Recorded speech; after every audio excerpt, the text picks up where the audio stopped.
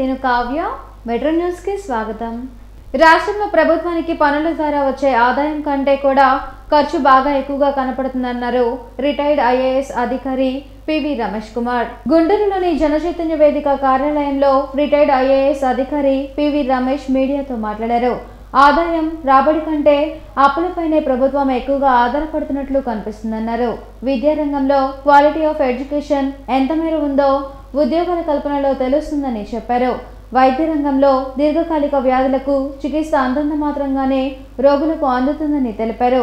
ముఖ్యంగా గత 10 సంవత్సరాల్లో గమనిస్తున్నది ఏమిటంటే ఒక కాంప్రిహెన్సివ్ అనాలిసిస్ ఎకానమీ మీద ఎక్కడా కూడా నాకు దొరకలేదు. అంటే స్టడీస్ కానీ ఆంధ్రప్రదేశ్లో ఆర్థిక మార్పులు ఏమొస్తున్నాయి అనేది ఒక ప్రభుత్వ అంకెలు తప్ప, ఆ ప్రభుత్వం ఇస్తున్న పద్దులు తప్ప వేరే ఇండిపెండెంట్ సోర్సెస్ నుంచి, అంటే యూనివర్సిటీస్ కావచ్చు, థింక్ ట్యాంక్స్ కావచ్చు, ఇంకొకరు కానీ ఆ సోర్సెస్ ఏమీ లేకపోవడం వలన ప్రభుత్వ రిపోర్ట్లు ఏదైతే ఉన్నాయో వాటి ఆధారంగా మాత్రమే మనం చెప్పగలం.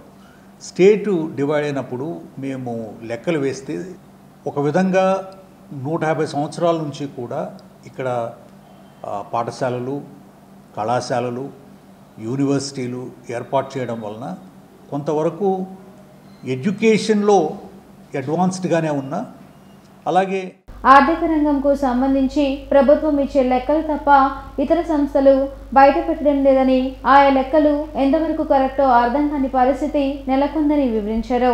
10 ఏళ్ల తర్వాత, ఇంచుమించు 10 ఏళ్ళు అయిపోయింది రాష్ట్ర విభజన జరిగిన తర్వాత, చూస్తే మరి లెక్కలు ప్రభుత్వ లెక్కలు తప్ప మనకి వేరే లెక్కలు లేవు. కాబట్టి ప్రభుత్వ లెక్కల మీద ఎంతవరకు ఆధారపడాలి అనేది మనకి స్పష్టంగా తెలియదు. కాబట్టి ఆ లెక్కలు చూస్తే మాత్రం ఈరోజు 14,75,00,000 స్థూల ఆదాయం ఆంధ్రప్రదేశ్కి అయితే 14,25,000 కోట్ల స్థూల ఆదాయం తెలంగాణకి అనేది ఒకటి లెక్కలు తేలుతుంది.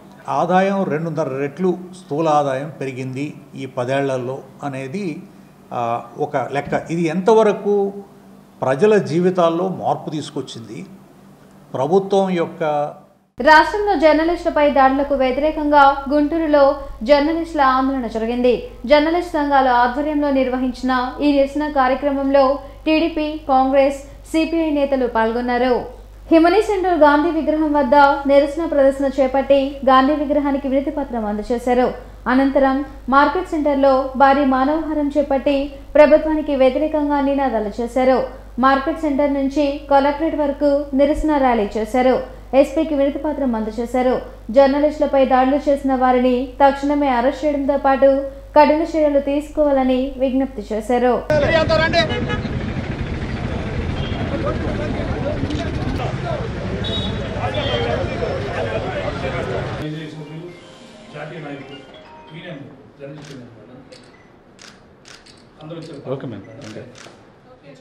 ప్రజాస్వామ్యం నిట్ట నిలువునా కూని అవుతా ఉందని చెప్పి 4 సంవత్సరాల 10 నెలల కాలంగా ప్రజలు ఘోషిస్తూ ఉన్నారు. జగన్మోహన్ రెడ్డి ప్రభుత్వంలో ప్రజాస్వామ్యం ఆంధ్రప్రదేశ్ రాష్ట్రంలో పాతాళానికి అణచివేయబడింది అనేది యథార్థం. ఈ విషయాన్ని ఎక్కడికక్కడ వెలికి తీస్తున్నటువంటి వ్యవస్థ మీడియా వ్యవస్థ. ముఖ్యమంత్రి తొక్కాలే పడతాయేమని చెప్పిన రోజు సిద్ధం సభలో అనంతపురం జిల్లాలో రాప్తాడులో ఆంధ్రజ్యోతి విలేకరిని సావబాదినటువంటి పరిస్థితి, సావు బతుకుల దాకా తీసుకెళ్ళినటువంటి పరిస్థితి, పోరాడే పరిస్థితి తీసుకొచ్చిన ఈ ముఖ్యమంత్రిని ఏమనాలో ఆలోచించాలి. ఇది ముఖ్యమంత్రి రెచ్చగొట్టినట్టే. నిన్న ఆంధ్రజ్యోతి విలేకరి, అదేవిధంగా కర్నూలు జిల్లాలో ఒక విలేకరిని కొట్టారు. నిన్న సాయంత్రం ఈనాడు కార్యాలయం కర్నూలులో ఈనాడు కార్యాలయం మీద పడి ధ్వంసం చేశారు. అక్కడ ఉన్నటువంటి స్థానిక శాసనసభ్యుడు అవినీతి బయట పెట్టారని చెప్పి వాళ్ళ కార్యాలయం ధ్వంసం చేశారు. వినాశకాలే విపరీత బుద్ధి అంటారు. అంటే పోయే కాలం దాపరిచ్చినప్పుడు ఇటువంటి అనర్థాలకి డిస్పరేట్గా ఉండి పాల్పడుతున్నటువంటి విషయం మనం గమనిస్తూనే ఉన్నాం. పత్రికా స్వేచ్ఛను హరిస్తూ పత్రికల యొక్క గొంతు నొక్కాలి అనేటువంటి తను చేసేటువంటి ప్రయత్నాన్ని తీవ్రంగా ఖండిస్తున్నాం. ఆంధ్రజ్యోతి ఈనాడు మీద జరిగినటువంటి దాడుల్ని తీవ్రంగా ఖండిస్తూ మరి ఈ రోజున పత్రికా సమాజం మొత్తం కూడా ఏకం కావాలి. ఈ రాక్షస ప్రభుత్వాన్ని పారతోలిందాక మీరు కూడా ముందుకు రావాలని చెప్పేసి ఈ సందర్భంగా నేను కోరుతాను. ప్రజాస్వామ్యానికి రాజ్యాంగానికి పునాదులు ఏ విధంగా ఉంటాయో పాత్రికేయులు మీడియా రంగం కూడా 4వ పిల్లర్గా ఉంటుందని కాంగ్రెస్ పార్టీ భావిస్తూ ఉంది. కానీ ఇవాళ జగన్మోహన్ రెడ్డి గారు ఒక పథకం ప్రకారం తనకున్నటువంటి ఓడిపోతాననేటువంటి అభద్రభావంతో పాత్రికేయ మిత్రులు నిజాన్ని నిబ్బరంగా తెలియజేస్తూ ఉంటే వాళ్ళ మీద పని కట్టుకొని అర్ధరాత్రి పాలన చేసేటటువంటి ఒక దుర్మార్గ ఆలోచనతో పాత్రికేయుల మీద దాడి చేయటం, రాప్తాడులో సిద్ధం అనేటటువంటి కార్యక్రమం. షర్మిలమ్మ గారు అడుగుతూ ఉన్నారు బహిరంగ సభల ద్వారా బహిరంగంగా, దేనికి సిద్ధమయ్యా? జర్నలిస్టుల మీద దాడి చేయడానికి సిద్ధంగా ఉన్నావా?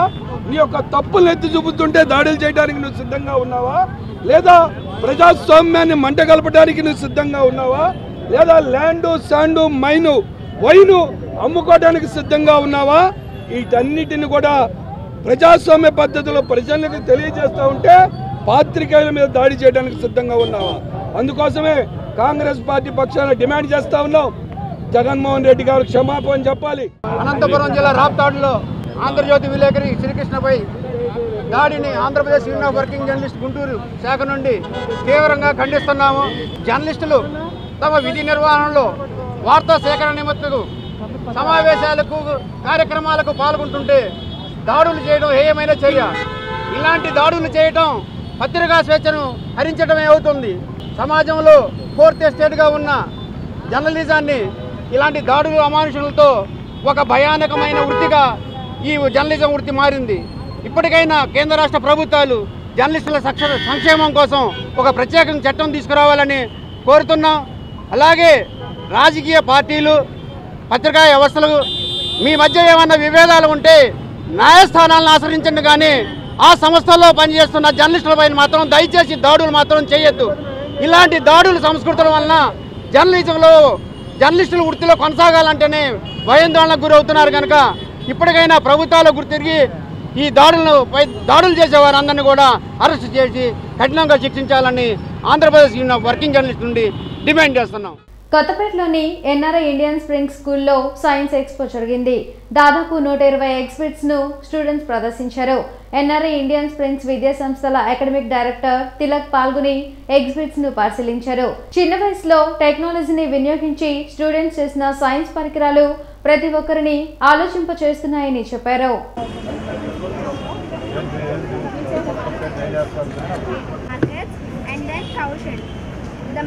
The wastage of cow shed is produced in this biogas, and biogas is produced for 60 days. ఏంటిది? ఏంటి పర్పస్ ఏంటి?